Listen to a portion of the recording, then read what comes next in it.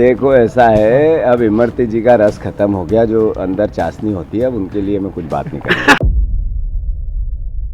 तो महिला का अपमान करने का अधिकार किसी को नहीं है।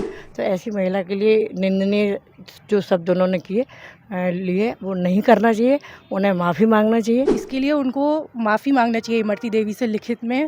बिल्कुल भी उनको माफ़ नहीं करना चाहिए, उनके खिलाफ सख्त कार्रवाई होनी चाहिए। अगर आज इनको सज़ा नहीं मिली तो कल को और लोगों के भी मुंह खुलेंगे। मैं बिल्कुल इसका विरोध करती हूँ। भारत देश में हमेशा से सबसे पहले महिला का सम्मान प्रथम रहा है और आपको बता दें कि ऐसी ही महिला के बारे में आज हम बात करने जा रहे हैं जो 5 बार विधायक और मंत्री रही हैं, जिनके बारे में इस तरीके की अभद्र टिप्पणी की गई।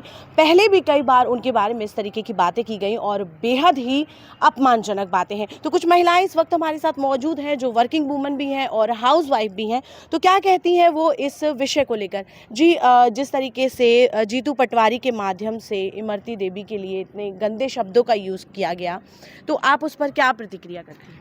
मैं यही कहना चाहूँगी कि उन्होंने जो अभद्र भाषा का प्रयोग किया है ये उनको शोभा नहीं देता, बल्कि उनको नहीं, ये विश्व में किसी को भी जब से दुनिया सृष्टि में जन्म हुआ है पुरुष और महिला का, तो महिला का अपमान करने का अधिकार किसी को नहीं है, क्योंकि ये जन्म देने वाली माँ है। वो उनको भी एक माँ ने जन्म दिया है।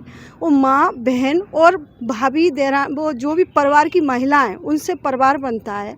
इसी तरीके से उनको ये शर्म आना चाहिए कि महिला एक लक्ष्मी, सरस्वती, काली के रूप में पूजी जाती है। वो उसका अपमान करना यानी कि माँ का अपमान करना, तो ये उनके लिए इस पर कार्रवाई करना चाहिए।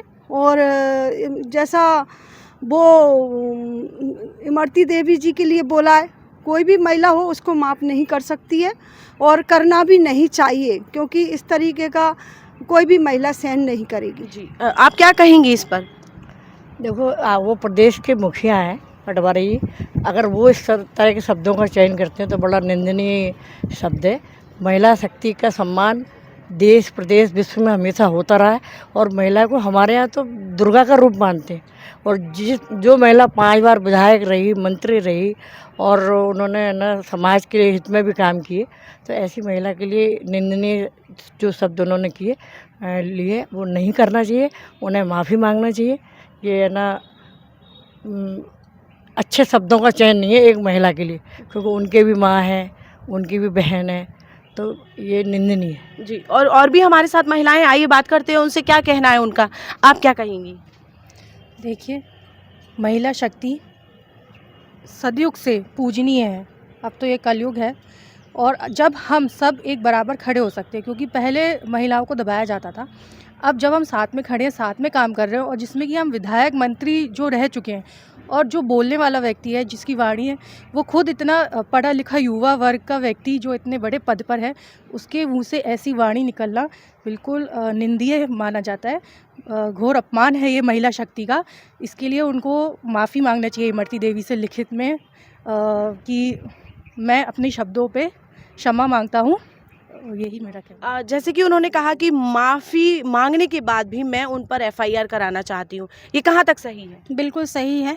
आप पहले शब्दों का यूज़ कर रहे हो, पहले आप गलत शब्दों का यूज़ कर रहे हो, उसके बाद आप माफ़ी मांग रहे हो, ये कहीं का ये कोई मतलब मैं इस चीज़ से सहमत नहीं हूँ। बिल्कुल भी उनको माफ़ नहीं करना चाहिए, उनके खिलाफ सख्त कार्रवाई होनी चाहिए। उनका कहना है कि जीतू पटवारी अपना इस्तीफा दें, तो क्या ये सही है? बिल्कुल देना चाहिए, क्योंकि आज वो एक महिला के बारे बोल रहे हैं, जबकि महिला आज वाकई में भगवान का रूप मानी जाती है, लक्ष्मी का रूप मानी जाती है। आप एक तरीके से उनका अपमान कर रहे हैं और जिस तरीके से ये जो विपक्षी पार्टी है, जो इस तरीके से ये लोग गंदे शब्दों का इस्तेमाल करते हैं, अगर आज इनको सज़ा नहीं मिली तो कल को और लोगों के भी मुंह खुलेंगे। मैं बिल्कुल इसका विरोध करती हूँ। जी, तो महिला शक्ति, नारी शक्ति हमारे साथ अभी इस वक्त मौजूद थी और उन्होंने कहा कि जीतू पटवारी ने जो बयान दिया है बेहद ही निंदनीय है और महिलाओं में इस बात का रोष भी है। उन्होंने कहा कि इस तरीके की टिप्पणी कभी किसी महिला के लिए नहीं होनी चाहिए। प्रदेश के मुखिया होकर इस तरह से महिला के बारे में बात करने के बाद और लोगों को भी बढ़ावा मिलेगा। तो उन्होंने कहा कि जीतू पटवारी भले ही माफ़ी मांगे, लेकिन उनको सजा मिलनी चाहिए। शिवपुरी से IVC 24 के लिए शालू गोस्वामी की रिपोर्ट।